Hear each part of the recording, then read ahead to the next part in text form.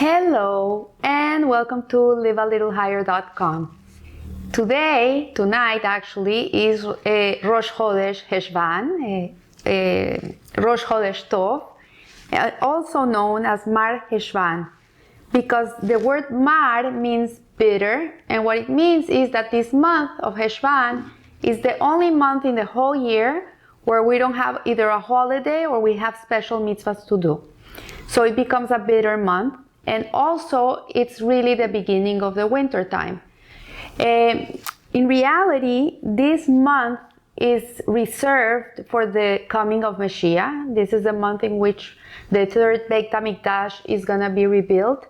So it's a whole month that is waiting to be. It's going to be the most important month of the year. It's actually the second month after Rosh Hashanah, and it's the 8th month after Pesach, after the month of Nisan. This month is also known as the month of Bul, which comes from the word Mabul.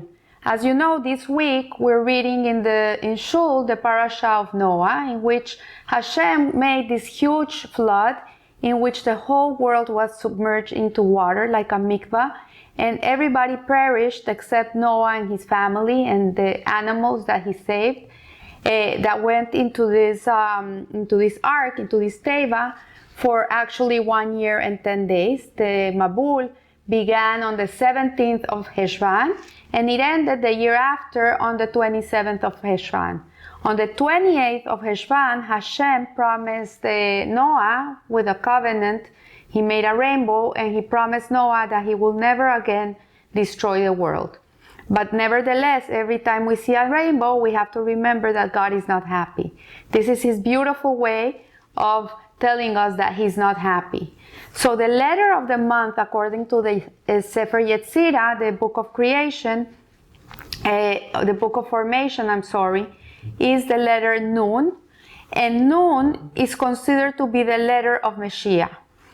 Before the sun, his name is Yenun, and this is in Psalm 72.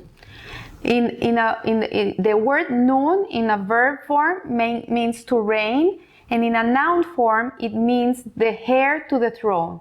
So it's very obvious that this is a month of monarchy, of kingship, of the king coming to sit in his throne, so the King Mashiach. So Cheshvan is the 8th month from the month of Nisan, and the number 8 is an eternal revelation of Hashem. Number 7 is a number that is contained in this material world. We know we have 7 days of the week, and we have 7 emotional attributes that we have to refine through our lifetime. We have kindness, hesed, gevura, which is justice. We have tiferet, which is compassion, beauty, harmony. We have netzach, which is resilience. It's never giving up, and hod, which is humility. And then we have yesod, which is foundation, and malchut, which is kingship. So all this is part of the material world, and in the 7 days, this is what we have to do, is to elevate the material world. But the 8th day is a day that is out of this world. It's not part of this world. It transcends this world. That's why the Brit Milah is done on the 8th day, because it's a supra-rational commandment that we cannot understand, and it has to transcend the logic of this world for us to be able to do it. So anything that goes against our logic, and we have to connect to faith, it transcends this world, and it's connected to the number 8. And the harp of King David had 7 strings. This was the harp that was played in the temple of King Solomon. And the harp of Mashiach will have 8 strings, which will be played in our third and final Beit HaMikdash. So the Nun is now, if you know the Jewish alphabet, the Hebrew alphabet, you'll see that the Nun is bent. It's a bent letter. But when Mashiach comes, that letter is going to straighten up, because it's going to break through the boundaries of nature, also descending into the subterranean realms of reality, and it's going to reveal God's all-encompassing infinite light which is known in the Kabbalah as Mamei Kol Amim, which is it's a encompassing light.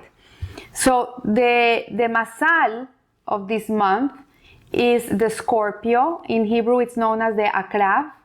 And the sages teach that the Akrav, the Scorpio, is the deadliest member of the general category of poisonous creatures.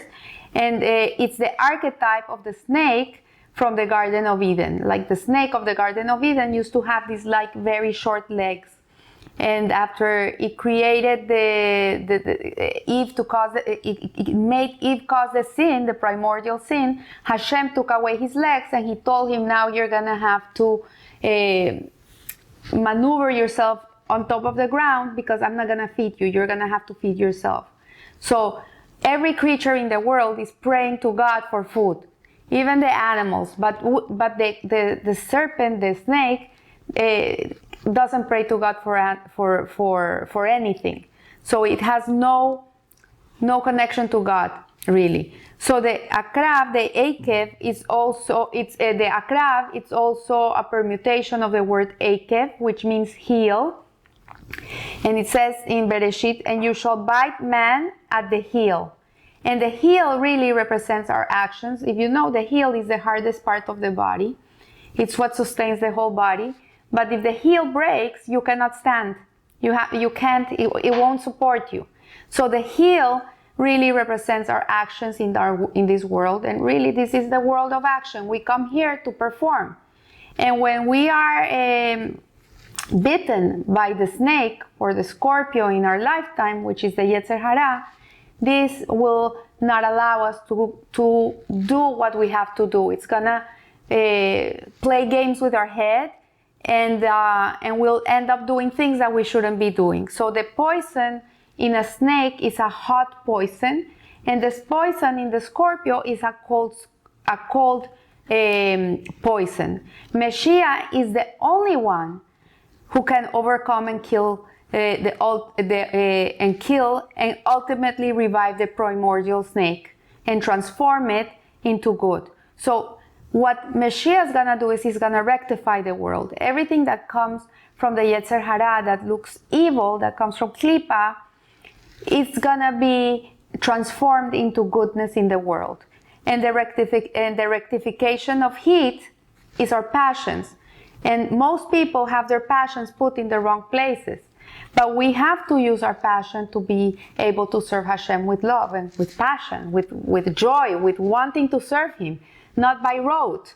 So, and the cold is equal to apathy and vanities of the world. So the apathy should really be used for getting away from evil and not getting connected to things that Hashem doesn't want us to get connected. So this is what Mashiach is gonna do. And the tribe of Menashe of the month is the tribe of Menashe.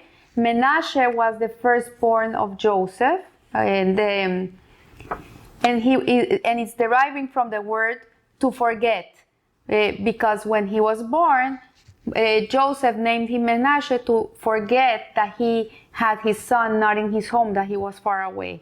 And literally, it means to leap up and away. And Menashe has the power of a tzaddik because it comes from Joseph, his father, Joseph tzaddik, and he forgets his hardships, his trials and tribulations of this world. And this is what Mashiach will bring to us, because Mashiach will bring the power of Menashe into the world, and he will transform all the pain into the pleasure of the Messianic era. And I've heard some commentaries that say that when Mashiach comes, we're gonna miss this world. Why? Because it's in this world that we have action, that we're able to gain merits for ourselves. This is the world in which there's poor people, there's sick people, there's needy people, whatever. And whatever mitzvah you do really brings merit to you. But when Mashiach comes, since everything is going to be transformed for the good, there's not going to be more sickness, and there's not going to be any more poor people, and there's not going to be more people to help. So your avodah to God is going to be a very different avodah. But the service of being able to do mitzvot in this way, in helping other people, it's now or never. It's in this world. So the name Menashe is also a permutation of the word neshama, and neshama is the soul. It's the soul, and it reveals the soul of Israel. And the Torah says that Moshe is called Menashe. Somewhere in the Torah it says this, and Moshe is actually the first redeemer of the Jewish people. And he is going to be the final redeemer of the Jewish people because Mashiach has a spark of the soul of Moshe Rabbeinu. And he didn't get to attain the 50th gate of understanding. He only came to attain the 49th gate of understanding. And what it means is that he was not able to really understand Hashem. He said to God, show me your face. God said, I cannot show you my face and let you live. Like nobody can see my face and live. What it means is that the ways of God are not our ways, and what God does, we cannot understand. It's beyond us. But when Mashiach comes, we're going to be able to understand Hashem's ways, and we're going to be able to know God and understand why He does the things He does. So the 50 is also the numerical value of the word Nun, and Mashiach will come, He will be given that 50th gate of understanding forever. The Zohar says, on the other hand, that God did reveal to Moshe the 50th gate of understanding the moment he died. But he was not able to live with that knowledge. The word Mishnah is also a permutation of Menashe and Moses with an additional Nun. And the study of Mishnah in the exile will reveal the soul of Israel and thereby merit the redemption. That's why it's so important to learn Mishnah, especially when people pass away. It's a custom that the children, the sons, learn Mishnah for the 11 months of the first month of the person's death, because it brings the redemption. And the sense of the month is the smell, and the smell is the most spiritual of all senses. It says that the sages teach that smell is the only sense that the soul enjoys. Interesting, no? And not the body. So the smell was not a sense that was used during the primordial sin, and it was the sense that saved the Mordechai and Esther and the Jewish people in the times of King Ahasuerus. And it says that they smelled like mar vehadas, like myrtle, that they were so pure and so holy that they had a beautiful smell. And the sense of Mashiach is the sense of smell. The organ of the month is the intestines, and the intestine is really that part of the body that refines, that grinds the nutrients in the body. So when you eat, the intestine is what grinds the nutrients, so they can go to your bloodstream, and it has that power. And the sacrifices in the temple bring a satisfying aroma to Hashem. It says that the sacrifices in the times of the temple would bring a satisfying aroma to God. What does that mean? Like, how does Hashem has a sense of smell? Does He really smell? It says that when the fat of the intestines of the animal were put in the altar and they were burned, it created a very special aroma for Hashem. He loved it. What this really means is that when the animals were sacrificed in the temple, they were brought for different reasons, for sin offerings, for thanking, for many other reasons. What we were doing in those days, the Jews, was that when they brought the animal to be sacrificed, they were really sacrificing their animal soul, because we have an animal soul and we have a divine soul. We have two. And one part of us is completely spiritual and connected to God. It's part of Hashem. And another part of us is an animal. It's animalistic. It's instinctive. So when the fats of the intestine were put in the altar, what it means is that the animal in us was being burnt, the part of us that knows to go away from evil and do good. Like, our whole battle in our lifetime is to fight the evil urge and to do the right thing. And when we do that, we're really grinding the situation. We're like grinding and we're just taking the nutrients. And when the Jew is put in a situation where he has to choose between right and wrong, and he sacrifices his animalistic instincts and his nature because he goes against his nature, he's really going against his nature, that is a delicious aroma for Hashem. And also the priest, the high priest, he used to prepare the incense, and he would grind the incense to be able to be burned, and this is also connected to the sense of smell and cognate to the intestine function, which is to grind. So Hashem's biggest pleasure is when we refine ourselves, when we refine our 7 midot, emotional, and God willing, when Mashiach comes, we will be able to refine our intellectual midot. But for now, it's our job to do the right thing and to live a little higher. So I wish you a beautiful month, a month full of goodness and kindness and Torah learning. And remember, live a little higher. Thank you.